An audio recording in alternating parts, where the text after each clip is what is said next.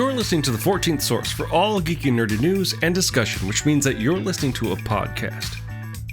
For all intents and purposes. I am D. Bethel. And I'm Andrew Asplund. And we are your two overeducated, codependent nerd hosts, bringing you the things that we like to talk about, but filtered through inquisitive and critical lenses in the episode for Friday, December 10th, 2021. Yes. 'Tis the season, as they say. It's December. I guess it was December last week, but it's December again. It's more December now. It's more December. Indeed. December-ween. Wait, what? Yes. Was that a Homestar joke? Was that a deep cut Homestar joke? Homestar Runner? I mean, not intentionally, but I guess Heck, you're right. yes, it is. I think it is. Oh, yeah. Oh, that's our podcast's Lord and Savior, Danger-esque, is here to celebrate.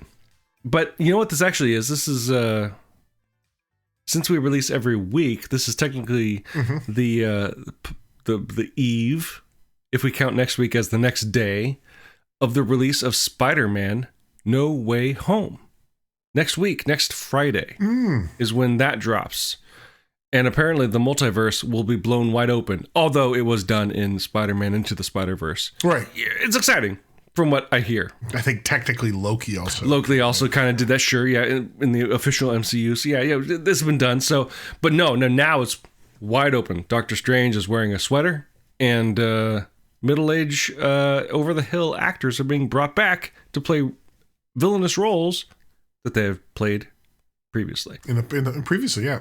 But you know what, though? I say that to belittle and make fun, but those Spider-Man movies are fun, man. They are, and honestly, I just really like, Alfred?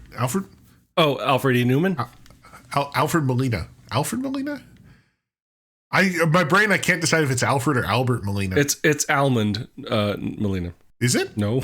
That's I just be saying almond really strangely. No, I honestly, like, when I saw, because he was in, I think, one of the most recent trailers, like, somewhat prominently, and yeah, I don't really need them making fun of his name. Been there, done that, but I like him. I actually thought that he carried Spider-Man 2 a lot, and I mean, I've said to you and a friend of the show, Taylor, like, I just hope he's the actual villain and everyone else is just a fucking cameo. But well, it's funny. There was a clip going around of the three returning villains, that being Alfred Molina and Willem Dafoe and Jimmy Fox, sitting around in director's chairs talking to reporters, I'm guessing. And like they talked to the various, what brought you back? Like, why, what about this movie excited you? And Willem Dafoe said, like, the script was really cool. And like Jamie Foxx said, well, I don't have to be blue in this movie. And it ended with Alfred Molina going like, the money was good. And I'm like, you know what? Tell it like it is, my friend. Well, that's I can appreciate that for sure, and it's not a bad motivation considering how well these Spider-Man movies have been doing. Right. Also, I saw a good tweet. I don't know if I'll be able to find it again to put into the show notes, but someone posted, "Do I have to watch Spider-Man 1, 2, 3, 1, 2, and 1, 2 to understand what happens in Spider-Man 3?" I guess technically, I've never seen Spider-Man 1 and 2 the second time. Right, neither have I. I've never seen the Amazing Spider-Mans. I'm sure it's fine, like, in its own way. Yeah. Like, it's fine. But at this point, it's an artifact and not a motivator. But I shouldn't say that, considering some of those characters may return. Right. Well, Jamie Foxx. Indeed. There at this point, there's been nigh confirmation that multiple Spider-Mans will show up in the movie at this point. Is it Spider-Man? Spider-Man. Spider-Man. Hombres arañas. Yep. But yeah, so there we go. So that's there we go. New movie coming out. And speaking of multiverses, we finally something we talked about a couple of weeks ago, the new Doctor Who series, Flux. Doctor Who Flux is over. It has completed its 6-episode run just this week. It is no longer in flux. It is not. It is set. It is indeed. 6-part serial, wrapping up sort of the first, the last series that Jodie Whittaker is going to be playing as the Doctor, with some caveats, obviously. Well, yeah. So after this, she's got, I think they say 3 more episodes or so. Right. She's pulling a Tennant. Yeah. Yeah. So it's interesting, and this is also kind of different than previously. That it's shorter. It's a serialized narrative rather than individual episodes. Although maybe we'll discuss that. And it happened, right? We got to see Jodie Whittaker and the other people who play parts in the show. Shit, man, I actually don't remember anyone's names. John Bishop is the new fella who plays the new character Dan. A Liverpudlian. He's from Liverpool. A Scouse, I believe, is the word I learned watching Doctor Who. Right, that's the name they assigned to that accent. Yes, a name you might have learned, to listeners, while watching the Beatles documentary Get Back, which they also, because they're all Liverpudlians as well, and talk about their Scouse accents, but. So if Dan sounds particularly melodic and beatly, that's why they share beatly. They share a region of origin, and it's kind of interesting because we also had once again the returning character also of Mandip Gill, who plays Yaz. So those are the kind of the main credited stars, and it's a bit of a weird, it's something that Doctor Who hasn't really done like this. I think they technically are saying the last time this was done was Trial of a Time Lord in 1986. Oh boy. Well, you can only go up from there. Hey, Trial of a Time Lord is not the lowest point the show has ever gotten. Thank you very much. Now the weird thing about it is it's it's a Doctor Who story. It's about the Doctor doing Doctor stuff, and this weird thing, the Flux, that's basically destroying the universe, and kind of how the Doctor responds to that. And of course, there's other stuff, right? We find out there's also some really glamorous villains. I say glamorous. I don't know how. I mean, like, dude, if you see them, you're like, wow, they're bedazzled. Their style is geode. It's people are sharing shots of like, I don't really know what these characters are supposed to be, but boy, do they have a look that is distinct. And there's also a lot of other characters that they introduced along the way. They bring back a lot of kind of iconic bad guys. We see some Daleks, we see some Cybermen, we see a lot of Centaurans. Yeah, we do. Which the galaxy's favorite potatoes. And actually made into a legitimate threat, which is exciting. For the first time since the 70s. I know. That was like as frustrating as sometimes the story has gotten, like by the final episode, I'm like, wow, you know what?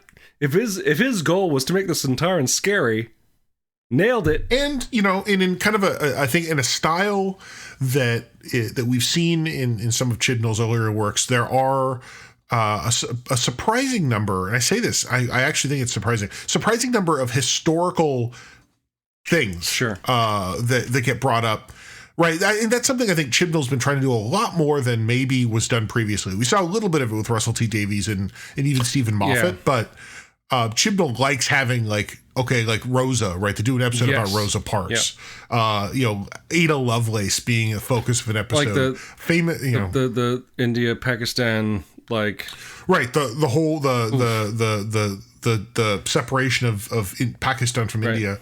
The Sundering? No, what do they call it? The division? No, I forget what it's that's called. Something else. It has a name, and I'm totally blanking on. But anyway, so so we do that because we see some prominent historical characters, including a Liverpool.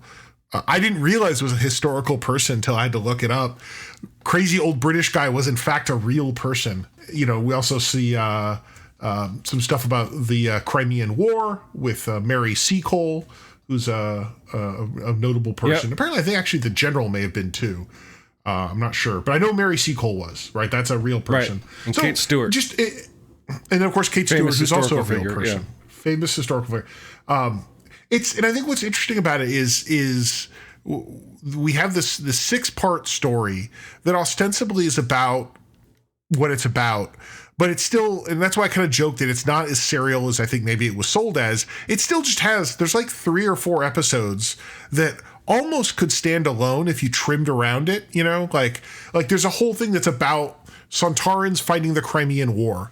And it's kind of its own thing, like, yes, how they got there is related to what happened in the previous episode, but like only because it is, Yeah, so I think that was one of the biggest questions, because it was known going into this that it was going to be a serialized 6-episode season, right? And there's been a lot of opinions about Chibnall's run, and especially based on his experience in the realm of Doctor Who, being one of the guiding lights or darknesses of Torchwood, and how things were handled over there, as well as his, some opinions based on his run of Doctor Who so far. So there's a lot of open questions going into this. How it'd be handled? Is it going to be a 6-hour movie? Is it going to be more like sort of American style of like we got episodic stories with a thread connecting all of them? And honestly, it's kind of a mixture of both by my estimation.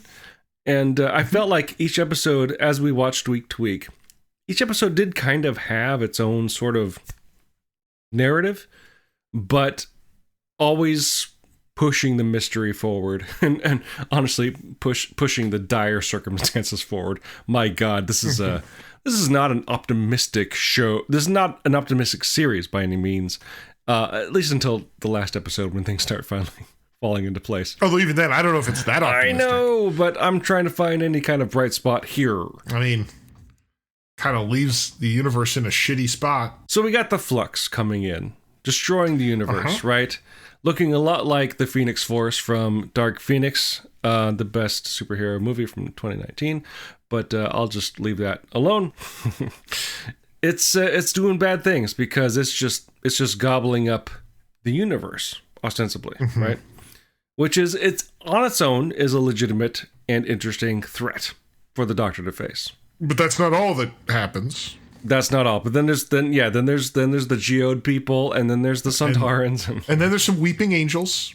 Can't forget that. Are there some, or they're all? I mean, well, there's certainly many weeping angels. We also have, I guess, time is an evil force all its own. It's a planet. It's a threat, as we learned. But also, it's a force and a person, maybe. Sure. Question mark. And then there's other universes and other threats. So let's just start. We're not going to recap everything here. If you've seen it, you've seen it. No. If and that's not our job. I don't know if I want to recap it. That's above our pay grade, and we're not getting paid. So I don't even think Chris Chibnall could recap it. Since it was known, this kind of was getting to earlier. It's like it was known there's going to be the serialized 6-episode event. How well do you think it kind of held together for you as a viewer, as a Doctor Who fan? Like, did the things that were meant to connect for you? Were the episodes on their own enjoyable for you? Like, what stood out to you as a watcher of this series? I think there's some really good, great moments throughout the show. Like there's a lot of like characters or scenes or even, like segments of the whole story that stand out as like, that was really cool. Right. But I think as an overall story, I actually think it's kind of meh. For me, I think I said this to you in a text earlier, but I'm gonna because the audience doesn't read our text. Not yet. Join our Patreon. One of the things that actually, I do feel a certain amount like I had a moment where I felt like it reminded me of watching Lost, where there was like too much in kind of in our own assholes about backstory and mythology, to the point where I think the kind of whatever was going on suffered a bit.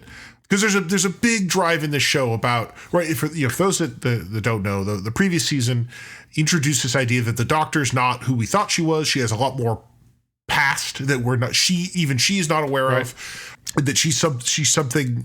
She's different, and so this starts with her trying to find out more about that. And that comes up repeatedly of kind of her. And in fact, that past, that mythology comes up in is kind of a focus of several episodes. And it gets to the point where like part of me is like, I don't know if I care. Let's focus more on just like some of the fun stories, and that's why when I kind of poo-poo upon it, that's kind of what I'm thinking. That's the interesting thing. I felt like going into it, going into this series, I was wondering how Chibnall was going to deal with that, because it was kind of a bombshell at the end of the last series, right? The last season, that got a lot of people upset. I mean, they were already upset because the Doctor was now a woman. But Right. they were also upset because, like, oh, continuity doesn't mean anything. We care about a continuity, and now the continuity doesn't matter. Our lives are bullshit. I'm like, well, calm down. The thing I was interested in is, like, well, he introduced this new puzzle piece, which introduced a new puzzle board. And I was wondering how Chibnall was going to, considering, especially with the meta knowledge that he was going to be leaving the show, not only after the season, but after the next 3 specials, how is he going to make that palatable to the next showrunner, which in this case we know is going to be Russell T Davies, right? Mm-hmm. So I was kind of going in with the assumption of, like, how is he going to erase this? How is, and because, like, no one's going to pick that up. Maybe Russell T, actually, RTD might be the person to pick it up and run with it, of all the people to take up. Maybe actually Moffat as well. But generally, it's not a premise that seems particularly attractive to a Doctor Who fan, maybe coming into the show for the first time. It's like, I'm going to put my own stamp on it, but guess what? The Doctor can be anybody you want the Doctor to be. And I think that by the end of the series, Chibnall, and again, we're going deep into spoilers here, but, like, Chibnall did an okay job of kind of muting that revelation of, like, oh, not only did he introduce the fact that the Doctor was this kind of immortal being from another universe, but that the Doctor was also this, like, this devastating agent of a shadow operation run by the Time Lords, the Division, as it's called. And I think the one thing that Chibnall did in this series that sets up the Russell T's next run is, like, well, he got rid of the Division, right? Like, he's like, so this Division, the shadow organization that abused the Doctor, basically, they're still out there, but not anymore.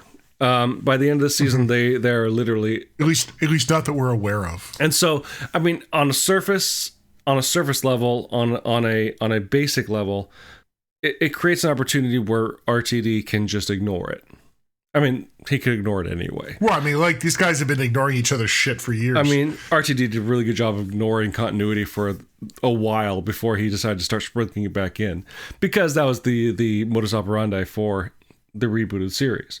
But for me, as a fan, I'm like, okay, not necessarily how is Chibnall going to get rid of what he introduced, but how is he going to mute it so that it's actually something that maybe could be played with later without affecting the general timbre of the show. And I think that was the kind of the driving interest that I had in this season. And generally speaking, I think what he did was smart, utilitarian, and useful for the show going forward, not just for the story he's trying to tell, but for the show going forward. Like, I felt like he balanced those things pretty well. You have a deeper history with the show. You have a deeper, maybe, fandom with the show. How did you feel with how he dealt with the revelation that he dropped at the end of the last season? And how he's kind of cleaning it up now that he's leaving. Well, I mean, it's just, it is a weird thing. I mean, this is, you can imagine anything that if you've invested a fair amount of your brain space, right. It's like someone coming in and saying, oh, everything was kind of a lie, or not a lie, but, like, things are a lot deeper than they used to be. Actually, when they first introduced the concept at the end of the last season that the Doctor is something different, I'm okay. It didn't bother me that much. I think I got more bothered by it watching Flux. Interesting. Just because it was like, and this is why I made the reference to Lost. It's like the writer wants you to care about it because they make the character care about it. They make it a focus of the narrative. Like, I want to know more about this big mythology that got revealed last season. Except I don't think I cared that much. And then, of course, at the end of the season, when it kind of ends up being, well, actually, whatever, is kind of how it felt.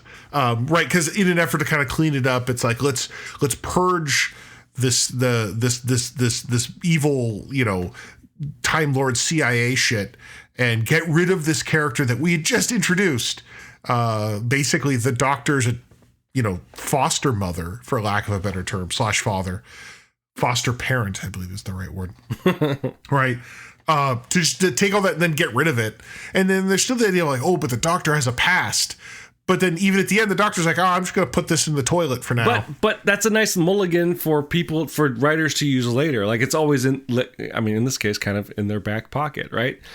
Right. For when they need it. It's so it takes it from like blowing up continuity to being like, oh, here's something you can use if you need it, which I thought was kind of a better way to hand off a series than just leaving that hanging in the air. I guess we should say basically how the last season ended was like, okay, so the Doctor, as we know them, started in 1963 by Earth timelines with the first Doctor played by William Hartnell, and has regenerated 12 times. Enough times into the current Doctor, which is the 13th Doctor. But apparently there was an unknown amount of regenerations before the first Doctor. It's just that they kept wiping the Doctor's memory because the Doctor was actually this shadow agent of the Time Lord government, and in order to keep things safe, they would wipe the Doctor's memory. And so what we learned last season is like, oh, the Doctor kept running into other Doctors, but this Doctor didn't remember those previous regenerations. And so it opened up the opportunity, like, oh, the number of Doctors that have existed is basically infinite, and therefore continuity is infinite. And that got a lot of people on the internet upset. And it didn't upset me per se, and it didn't upset you, which was actually kind of interesting to see. Especially because that does open the opportunity for inclusion. That opens up the opportunity, and the show traded on that as well, which is really cool to see. One thing, I mean, for me, I will say, I think one of the things that has definitely influenced my opinion is the version of the Doctor referred to as the fugitive Doctor, portrayed by Jo Martin. When she is first introduced as the Doctor in her first episode, I was kind of sold on it. She sells it. And so it's like, oh, if what you did was to create this magic story to then allow you to have this person be this, like, you know, previous version of the character, I'm fine with that, you know? Yeah. She sold me on it. So that's why I think it's surprising that I'm like okay with it, because this just opens up the possibility that there is a version of the Doctor that's just played by Steve Buscemi, and that's okay. And that's okay. But it is a weird thing, and it does, you know, like I said, it does kind of get to that point where this is always a thing with Doctor Who recently in the last 10 years of these, you know, like, for example, when Russell T Davies says, "Hey, the Time Lords are gone." Right. In his mind, that was just an easy, like, I don't want to deal with that shit. This show's just about driving around in our magic phone box, visiting things.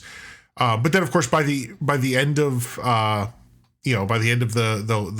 final episode, he brings them back as the villains just to flush them again. Right. Just to remind you that they're bad, but they're gone now. So like so the idea that was a big, and then of course Stephen Moffat comes back and it's like, but actually I like the Time Lords. Right. So like, I mean, it's the idea that these showrunners are just jerking the fans around, or Stephen Moffat's like, I don't like any of that shit you did, so I'm going to reboot the universe. Yep. Right. At the end of his first year, reboots the universe. What does that even mean? I don't know, but it's rebooted, you know. But then Stephen Moffat himself gets to Peter Capaldi. He's like, I'm just going to calm down on all of this for a bit. I'm just going to play with the Master for a while. And kind of goes against his entire ethos that he was playing with Matt Smith. It's if we learned anything, being the showrunner of Doctor Who is just a playground, and you can kind of do what you want to the effect of losing and or gaining fans. Like that's the ultimate.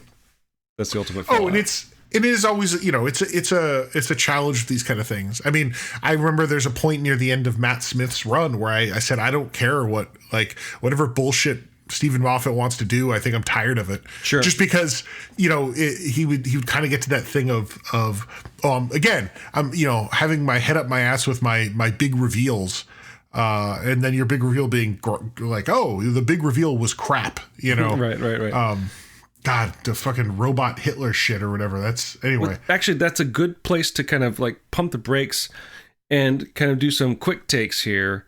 Not to give a shout out to Kyron Silva and his podcast, Four Tales.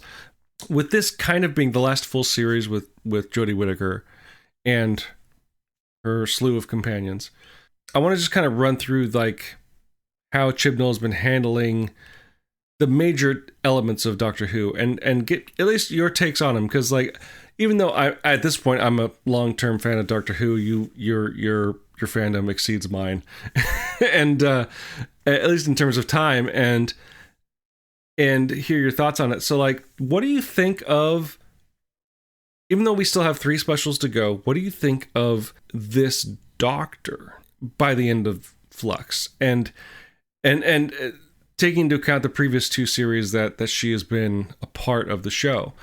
And now I say that because you can love a Doctor but hate the series. Like, I'm a big fan of Matt Smith as the Doctor. I was never a big fan. Again, my favorite season or series of Matt Smith is Series 7, Part 2. Part 1, I should say. And after that, it gets, anything from that is it's just hit and miss.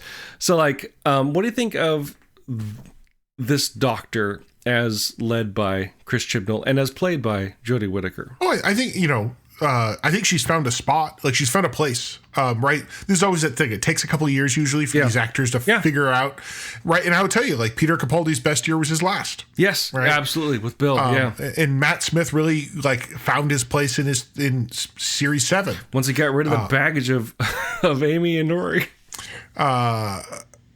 But even in that weird half season with them, it was clearly he had figured himself out. Right. The old, like the wise old man in the young man's body kind of stuff. The alien. Yeah. It's kind of strange stuff. I think she's found a spot. I was, rewatching some of it.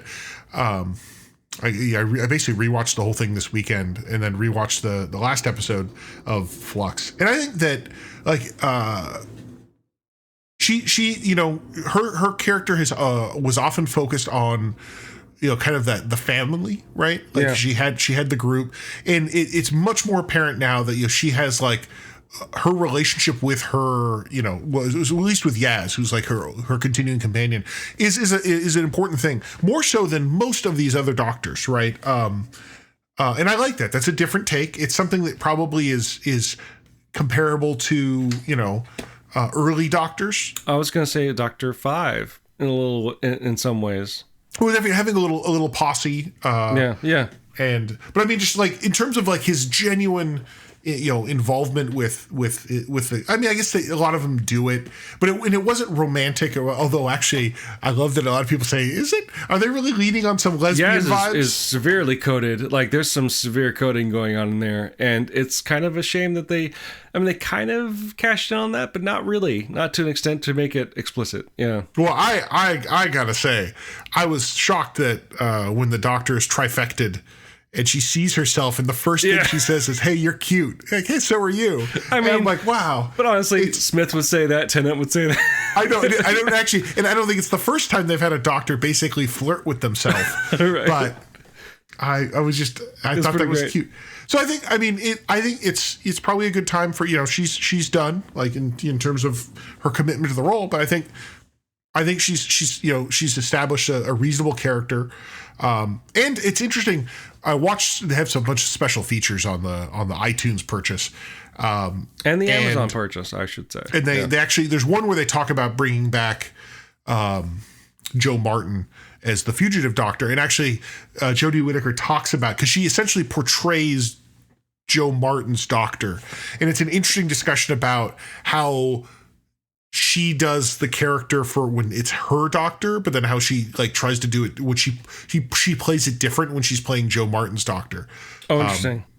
Because it is, for those who are wondering what the hell I'm talking about, she's remembering something she did as this other Doctor, but you see her in the role, so she tries to play it more like Joe Martin. But that actress would, yeah. But I thought it said something there that like she had an idea of what her Doctor was. She does now, right? How her Doctor interacts, how her Doctor docts. So yeah, no, I think it's. I think she's. I mean, honestly, almost every Doctor is my favorite Doctor. I was to say the only Doctor I didn't like was William Hartnell and Richard Hurdnell, but then we got what's his name in that one Christmas special. I'm like, oh, I guess the first Doctor could be okay now. The first Doctor. Yeah, the first Doctor. Although first appeared as the first Doctor in the making of the history, the historical show, what was that show called? Adventure in Time and Space. Space and Time. Beautiful. Yeah. I think what you talk about is absolutely valid, and I think this is something we should actually probably go into more when her time is up. Mm-hmm. The interesting thing that stands out to me is that unlike perhaps Tennant and Smith, I feel like we're not. I mean, they introduce it in Flux. The beginning of kind of like an arc where she's changing. I feel like by the end of Tennant and Smith, they're completing, whether forced or organic, some sort of change in the character. Whereas I feel like Whittaker's Doctor has been pretty constant throughout her time in the show. So I feel like Tennant's Doctor got more maniacal, more malevolent over time, and it felt more organic.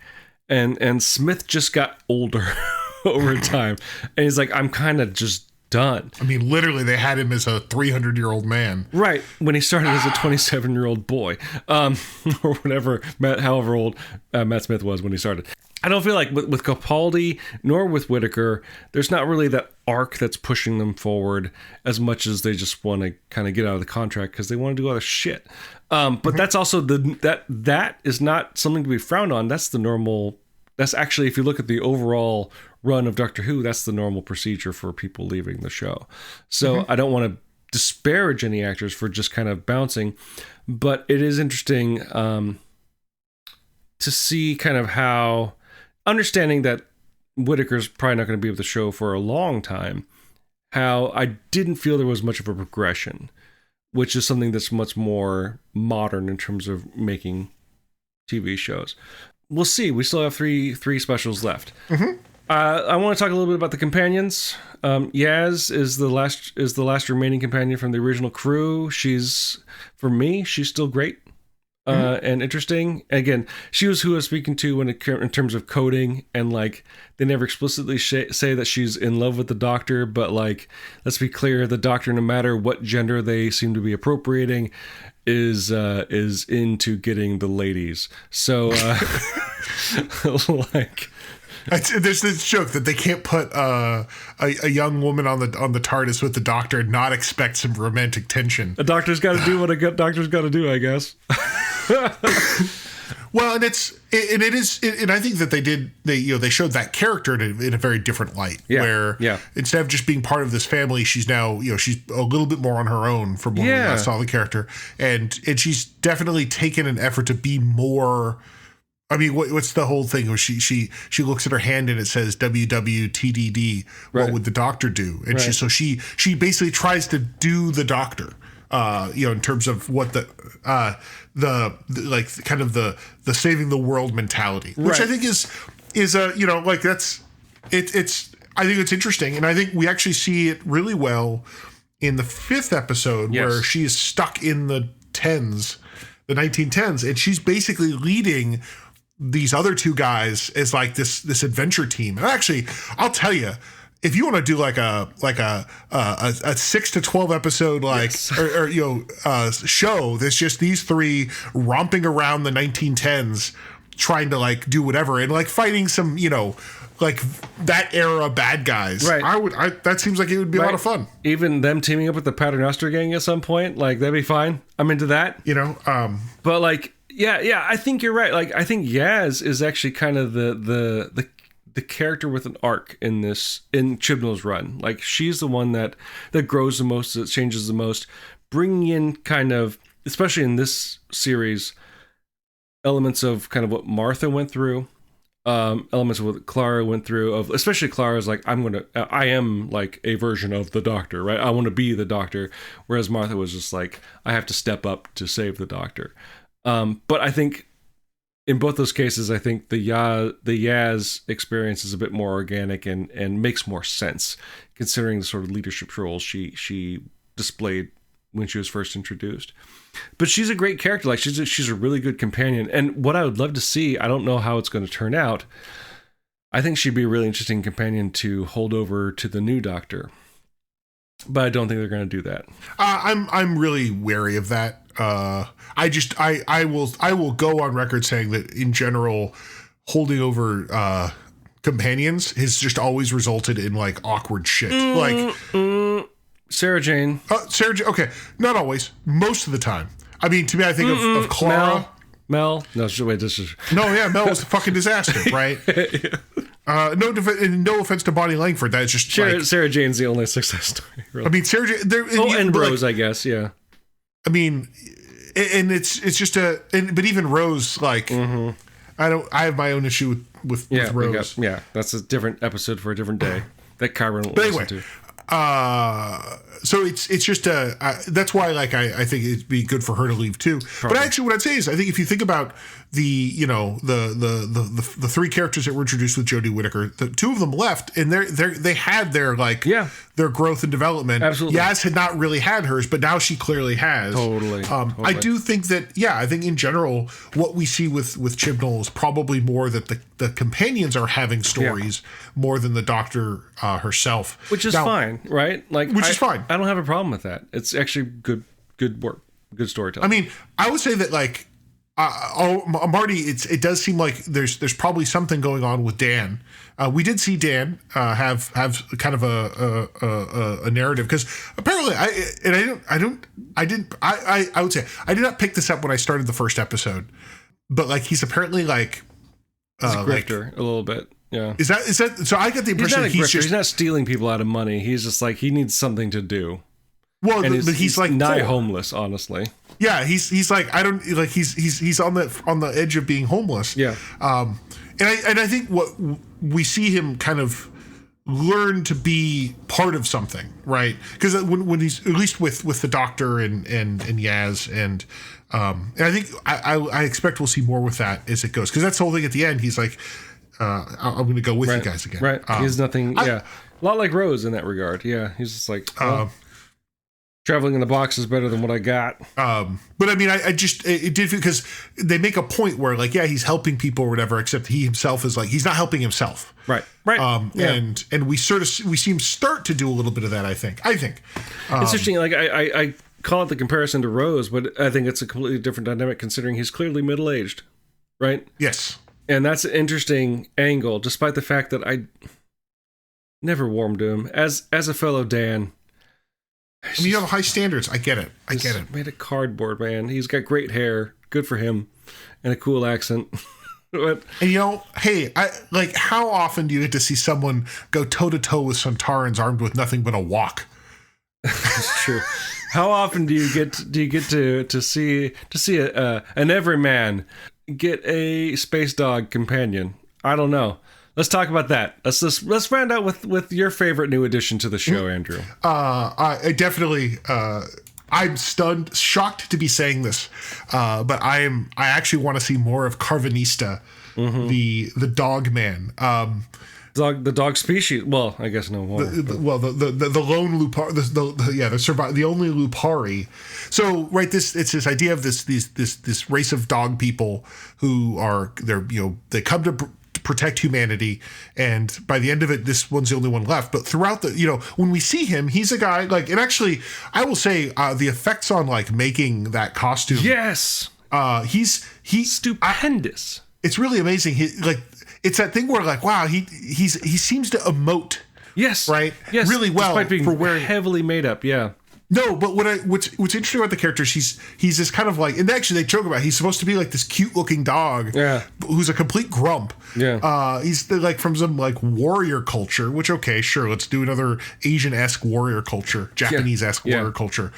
But what I did like about it was, what's interesting is that the character is revealed to have worked with that fugitive doctor, and that specific doctor. Are we sure about that? Yes. Okay. Yes, because that's the memory that when she has the memory of her being that doctor, right. Yeah. the revelation that Dan is actually Carvanista. Right. You're right. Right. And it's what I like about it is this interesting place of this character who knows the Doctor from a time the Doctor can't remember and doesn't really like the Doctor. Like they broke up bad. Right. Well, I mean, honestly, his experience, that's the best part. The Doctor is always the Doctor, no matter whether she can remember it or not. Is like the Doctor just leaves companions. But it's just it's a thing, and I think, like I said, the character had his moments. So I did like that, and I think they also they introduced some other kind of bit characters. Yeah, just for the series. I think that was the biggest attraction of the series for me, is that a lot of the characters in the series were introduced for the series, and therefore it detracted from the inertia of the narrative thrust, in that I'm at the same time trying to figure out who these characters are, what their stories are, and why I should care about them, but also being told I should care about them. And this felt like maybe what should have been like a series 4 for this Doctor instead of a series 3. That they should have introduced some of these characters in a third series and have it culminate in this final 6-episode 4th series, instead of being a series where we're introducing 75% of the characters in the story. Right. And that was the biggest problem. And for me, that would actually make a second watch through more impactful, because I know the characters at that point.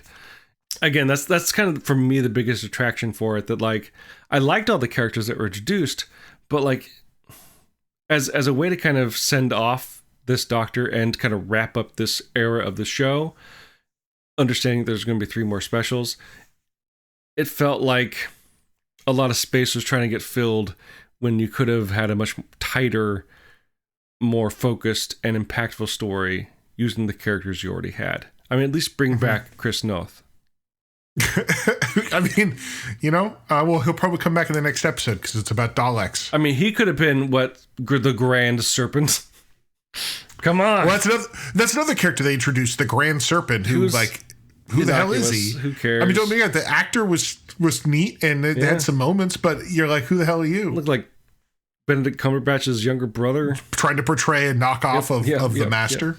Nope, but not.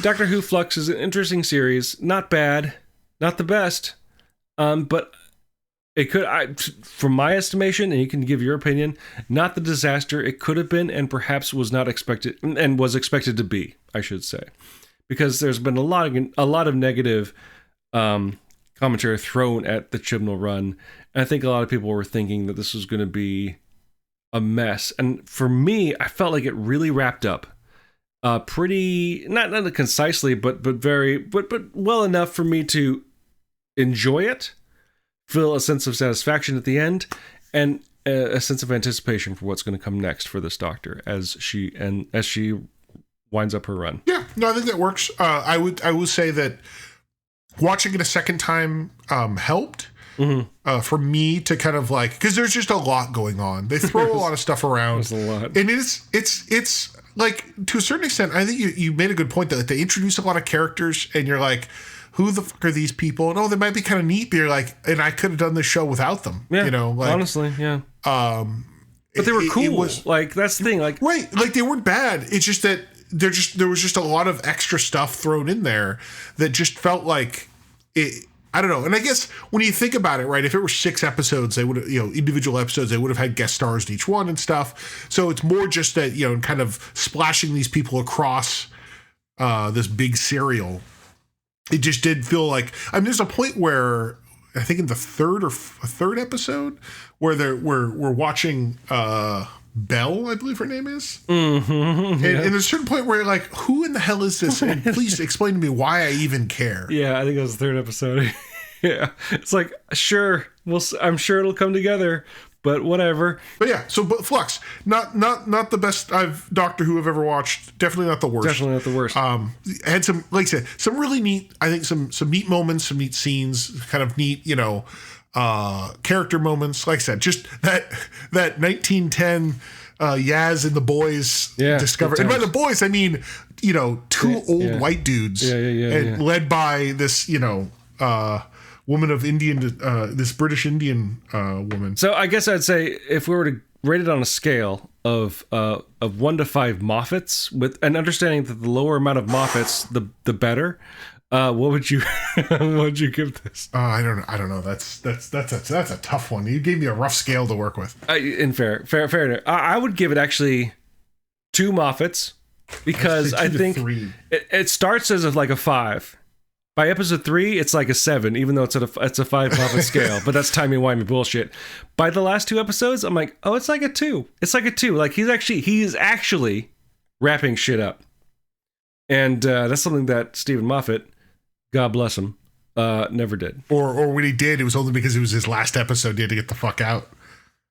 Pack up your shit before you leave. Although all forgiveness to Stephen Moffat because he wrote the 50th anniversary episode, which is a great story. So So it'll be curious to see where they go with it. Yeah. I watching one of the features, I suspect that we're going to see Joe Martin in another episode. That's cool. And just to have them, the two, I would love to see the two of them actually doing something together rather than, because they haven't really done anything together since that first episode. Or to see some other potential things. So yeah, I'm into it. I'm not a grump. And I feel like we're leaving a lot of shit on the table too. Like it was a multi-doctor story, even though it's the same doctor split into 3 ways. We can talk about a bit, like it's like we talked about a bunch of characters that were introduced, but we respect your time, dear listeners. And I think just this kind of gloss over that we did, albeit just kind of brushing the surface, is a good introduction to kind of what we thought about it. Yeah. So if you, dear listeners, have any thoughts about the topics we discussed this week, feel free to leave your thoughts as comments on the page for this episode at forallintents.net. You can also post your comments or engage in conversations with other listeners on our Facebook page. You can find us on other social media as well, such as Twitter and Instagram, where you can find us at our respective handles. On Twitter, you can find us at Profound Dark, and you can find me at D Bethel. You can also find us on Instagram, where you can find Andrew at Profound Brick, and me and my work at D Bethel Comics. While you're at our website at forallintents.net, you can also take a look at our YouTube page, which you can find by clicking on the link in the corner. There you'll find videos. We use 2 tracks of music for our show. One is called Disco Medusae, the other is called District 4. They're both written and performed by Kevin McLeod of Clan McLeod, immortal swordsman, graph paper enthusiast, and musician extraordinaire. You can find his music at incompetech.filmmusic.io, and that's all licensed under the Creative Commons 4.0 by attribution license. If you like the show and like to help us out, the best way to do so would be to subscribe to the show using whichever podcasting service you happen to use, whether it's something like the Apple Podcast app or Spotify. Either way will help spread the word to new potential listeners through the magic of algorithms. You should also leave a review, but I've left that part out because I forgot about it. Algorithms.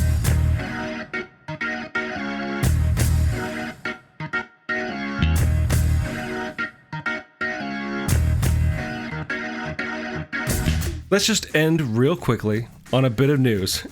We have nothing to talk about, but it relates back to a topic we discussed about before, Andrew. Are you ready for this? Hold on. Are you ready for this? So we've talked about Activision and its problems. Apparently there's a bunch of states that hate it too. Basically, states in this country asking for Bobby Kotick to step down. California, a liberal bastion, so not surprising. Massachusetts, Illinois, Oregon, or Oregon, I don't know, depending how you want to call it, Delaware, and I think that's Nevada. I can't read my handwriting. But let's just say Nevada. And Nevada. States actually get into the mix, Andrew, because they're mixed up in this whole mess as well. Yeah, I think it's because a lot of states have retirement systems that may have money invested in Activision Blizzard, and so as a shareholder, they're basically now concerned. And it's and I think if you look at it, hey, if you're a shareholder of this company and you see what's going on, and you see that the board is basically saying we stand with Bobby, so we'll see where it goes. Bobby, stop. Step down. You're fine. You're gonna be fine. Just go Well, so just the other things, I think there's a subdivision called, was it Raven, I think? Yep. Yeah, or like developer, yeah. But the whole thing is they laid off a huge number of their like QA department, and the joke is that, you know, with Bobby Kotick's 2020 $150 million bonus or whatever, they could have paid for that QA department for 100 years, right? Wow. So it's like, you know, it's one of those things where it's like, yeah, I don't get it. So until the world starts making sense for you, dear listeners, which it won't, I'm D. Bethel. And I'm Andrew Asplund. And for all intents and purposes, that was a podcast.